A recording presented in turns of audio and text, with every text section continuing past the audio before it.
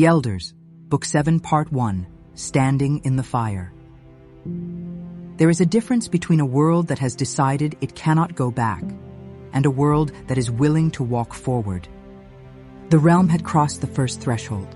Now it stood before the second, and this one would not be crossed by accident. In the nights that followed the shift in the lattice, sleep became strange. Dreams grew heavier, thicker, more vivid. People who had always forgotten their dreams woke in the dark with their hearts pounding, images clinging to them like smoke. A man dreamed he was standing in the middle of a vast crossroads, every path leading toward a different version of himself. When he woke, his body refused to move in the direction of his old routine. His legs felt like stone when he tried to walk the familiar way. A woman dreamed she was holding a lantern that wasn't hers, arms shaking with the effort. When she woke, she could no longer carry everyone's burdens as quietly as before. A child dreamed of a forest on fire, and then, impossibly, watched the trees themselves choose not to burn. The realm, having committed to feeling, now found itself confronted by something new. Vision. Not prophecy in the old sense, no booming declarations, no chosen few. Simply glimpses of who they could become, of what might happen if they did nothing, of what might happen if they changed. The future was no longer a fixed line extending from old patterns. It had become responsive, and that was terrifying. In the chamber, the lattice no longer hummed alone. Another presence had entered the pattern. It moved not above or below, but through. Its name had been whispered only in myth, a word used by those who felt the pull towards something more and had no other language for it. Becoming. It had always been there, quiet in the background, patient as a seed. But now that the realm had chosen not to go back, it stepped fully into view.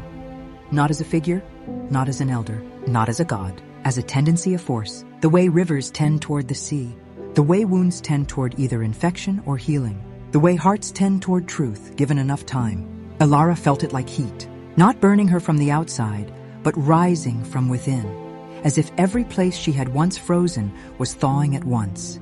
It was not comfortable, it was not soft. It was insistent. Her hands shook around the lantern's handle.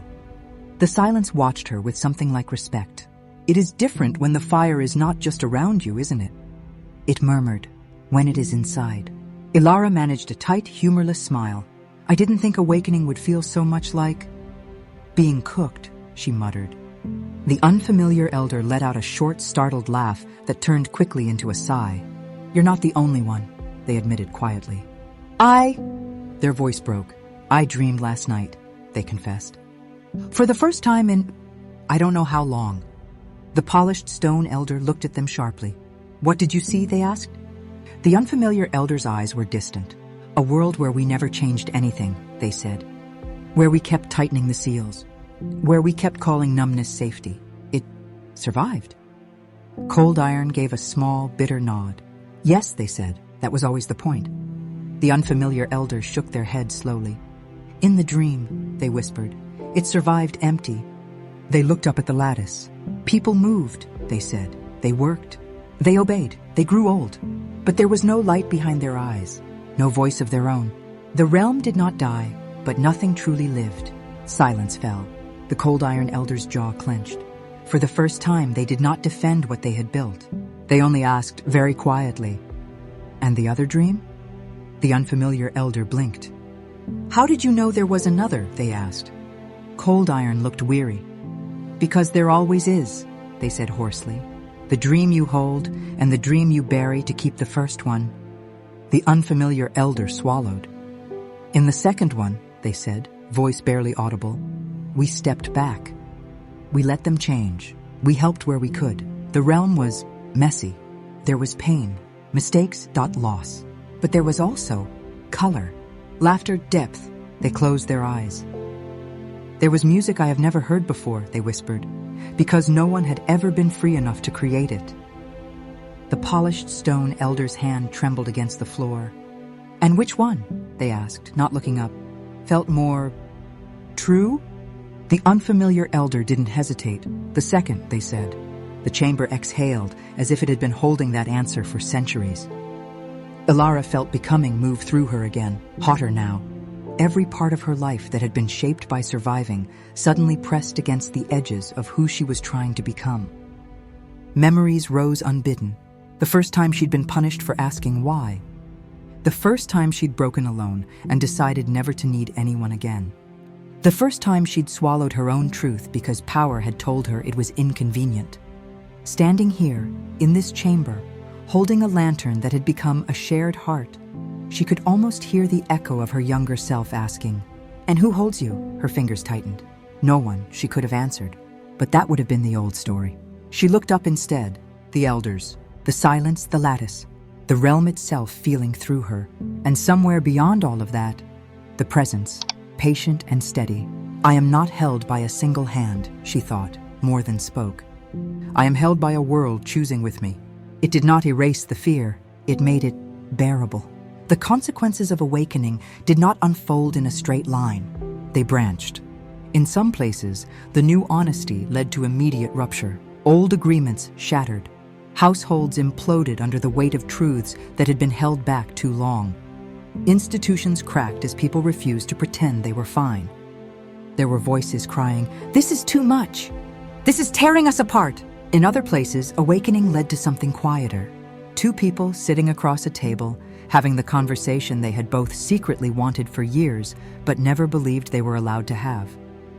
A manager admitting to those they oversaw, "I don't know how to do this differently yet, but I want to try." A healer saying, "I cannot keep fixing symptoms while pretending the system causing them is beyond question." There were voices whispering, "I am scared, but I want to be honest more than I want to be comfortable."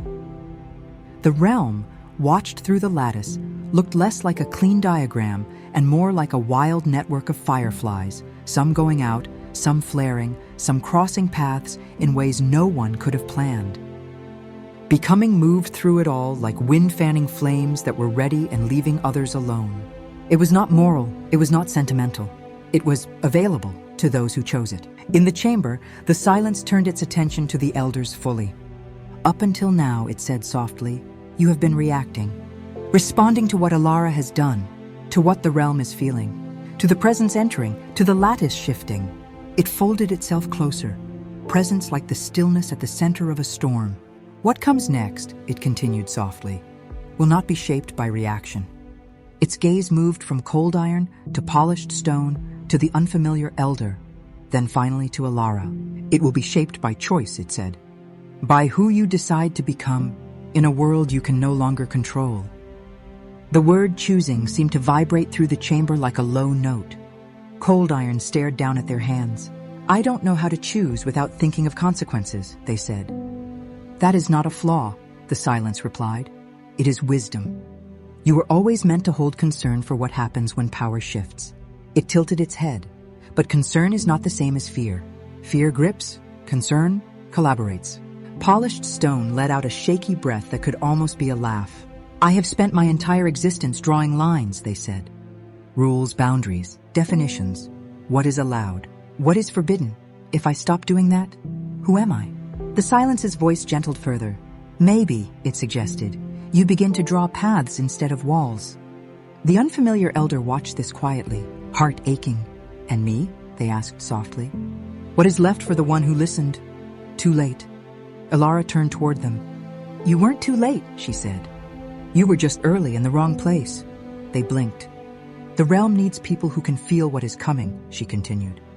"Who can sense when the old way has become too small. You were always that. You were just standing in a structure that wasn't ready to hear you." She looked out past them, into the threads where countless new listeners were awakening. "There are going to be many more like you," she said. Sensitive, unsure, aware something is wrong but not yet knowing what to do. She lifted the lantern a little higher, its glow catching in the unfamiliar elder's eyes. "They will need someone who has walked that path," she said softly.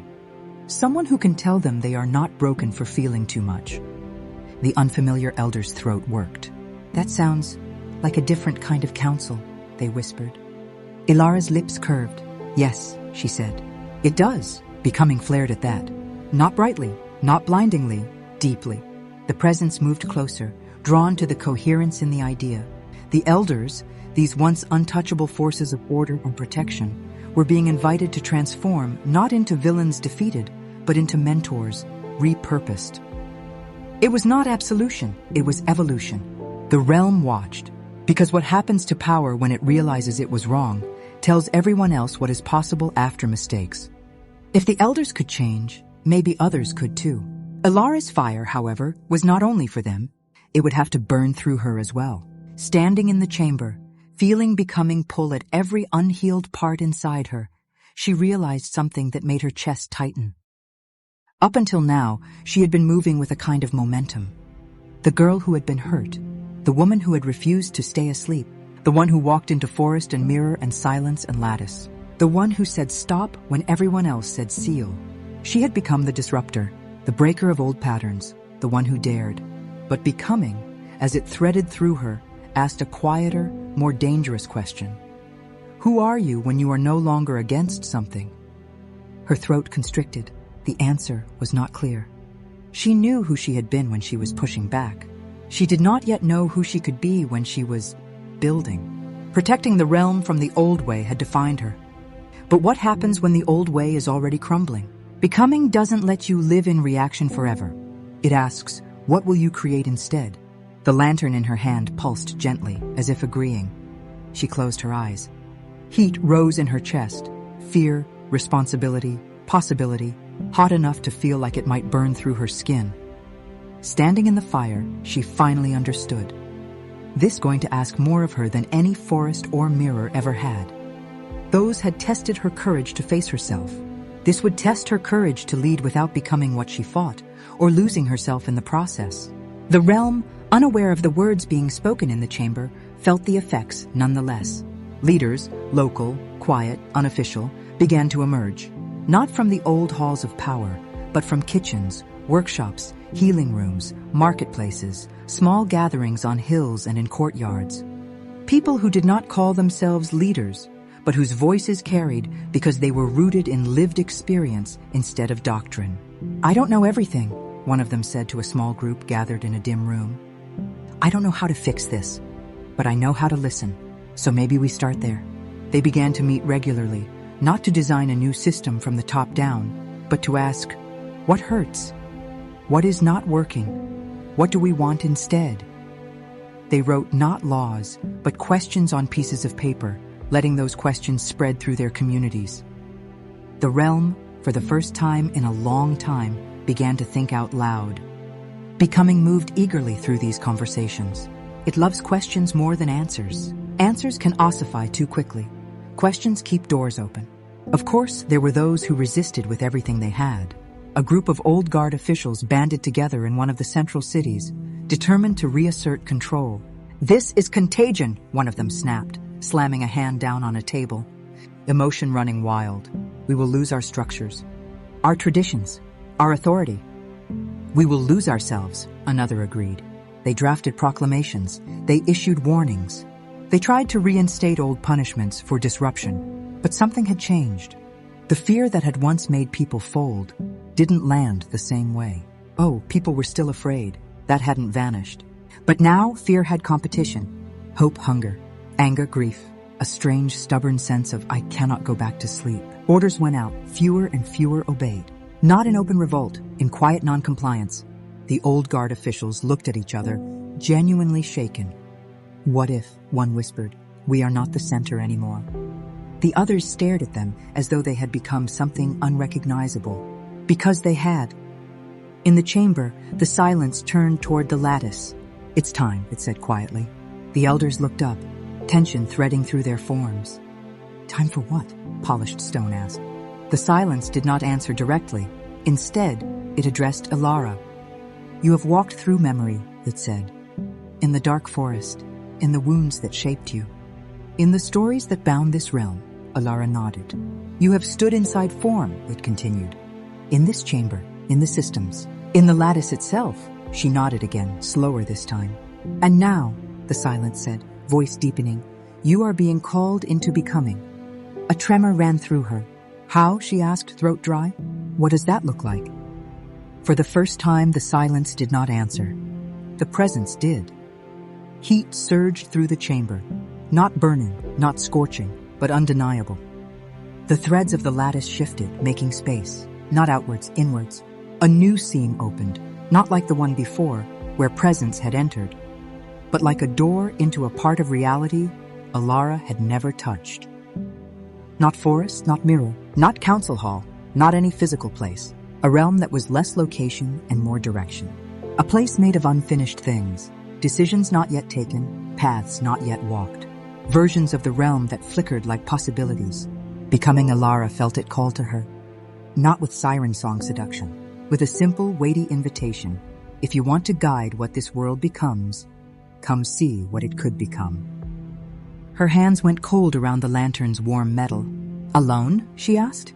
The presence pulsed gently. Not alone. Never alone. But there are some fires you must walk through first. Her knees felt weak. This will hurt, she murmured. Yes, Becoming seemed to say. And if I don't go? Silence this time answered that one. Then others will choose without you, it said softly. The world will still become something. You will just not have seen it before it arrives. Elara swallowed. The truth was simple, brutal, and kind all at once. The future is not a private theater for seers. It is a space co-created by those willing to feel its heat before it solidifies. She looked at the elders, at the silence, at the lantern, at the picture, through the lattice, of a realm trembling on the threshold of a new age. Her fear did not vanish, it grew, but so did something else, responsibility. Not the old kind, rooted in, if you don't do this, everything will fall apart. A new kind, if you are willing, you can help us meet what's coming with eyes open. She took a long breath, then another, then one more, and stepped toward the scene. The unfamiliar elder moved impulsively. Wait, they said, hand half reaching out.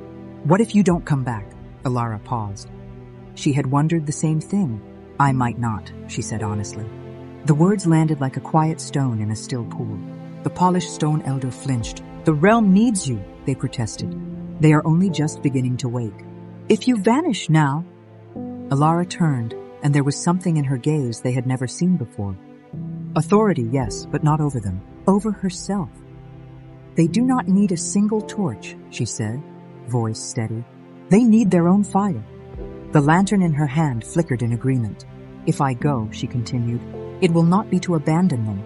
It will be to meet what is coming so I can help them face it. Not as someone above them, as someone who went first. Cold Iron's voice, when it came, was raw.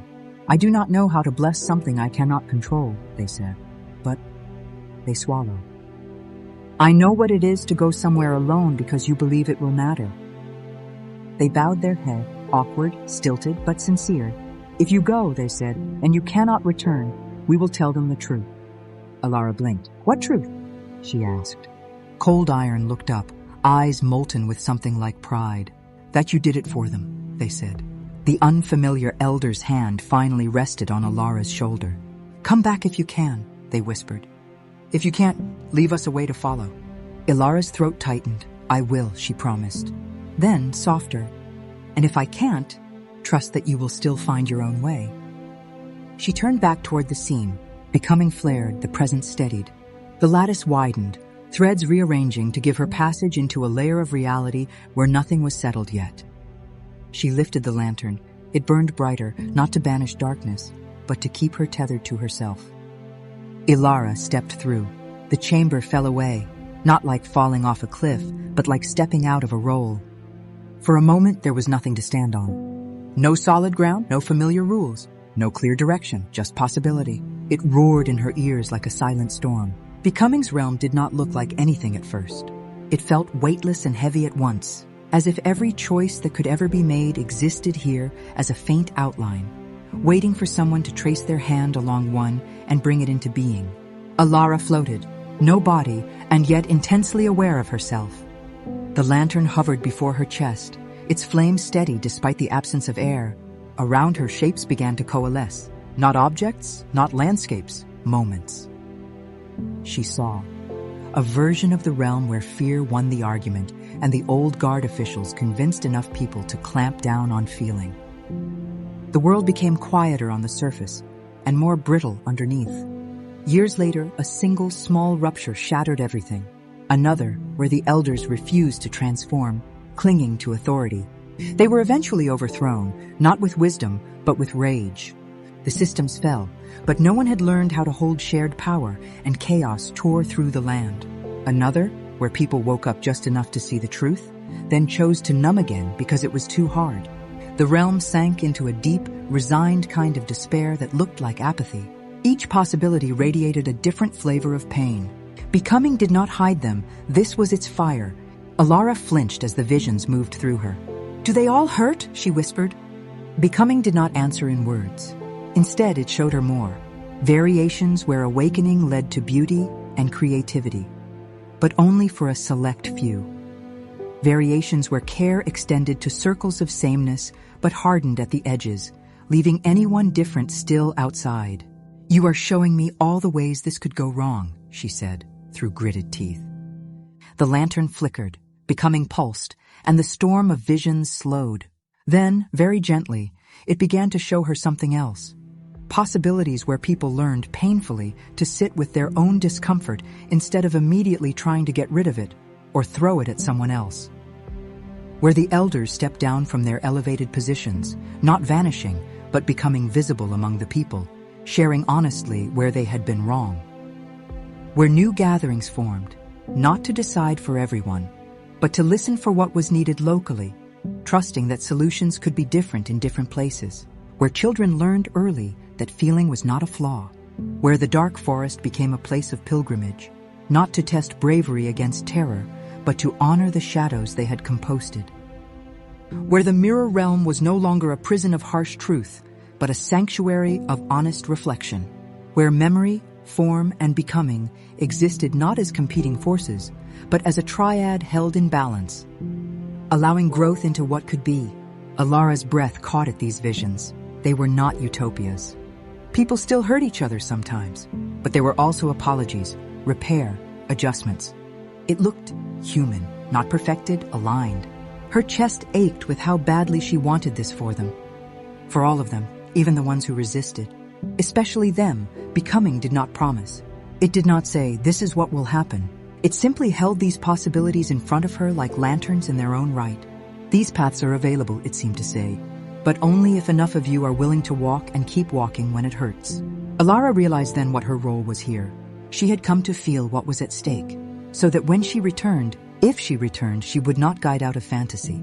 She would guide out of knowing, the knowing that there were no guarantees, that becoming was not a reward, that it was a risk always, but also that the alternative, staying safe in a world that didn't truly live, was its own kind of death. She felt the heat rise higher, burning through the last remnants of any belief that there was a painless path. Standing in that fire, she finally whispered the only truth she could find. There is no way through this without loss.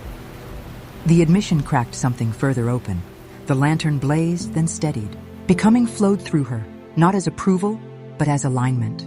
You cannot midwife a new world without grieving the old one.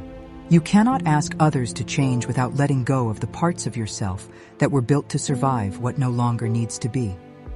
You cannot stand in the fire halfway, not if you want to be honest. Back in the realm, as Elara stood in the unseen flame of possibility, people began to feel a strange, shared sensation, as if someone, somewhere, was standing in a difficult place on their behalf.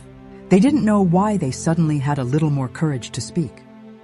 They didn't know why, in a charged moment, they chose to listen instead of react. They didn't know why they reached out a hand instead of withdrawing. They only knew that the choice felt supported, as if the world itself had sighed, yes, there, that way. In the chamber, the elders felt it too. Cold iron grasped the edge of the plinth, breath shuddering. "She is in it," they whispered. Polished stone nodded, voice rough, "And so are we." The unfamiliar elder closed their eyes and did something they had never done before. They prayed. Not to a god they feared, not to a presence they hoped to please, to the realm itself. "Help us not to waste what she is walking through," they murmured. "Help us to change in ways worthy of the fire she is standing in." The silence listened, and for once said nothing. Some moments are too tender for commentary. In Becoming's realm, Elara steadied around her own shaking. The heat did not lessen, but she adjusted. After a while, fire becomes not something outside you, but the atmosphere you breathe. She opened her eyes. The vision still moved around her, Worlds failing, worlds fumbling forward, worlds stumbling into something kinder. None of them were guaranteed. All of them were possible. She lifted the lantern.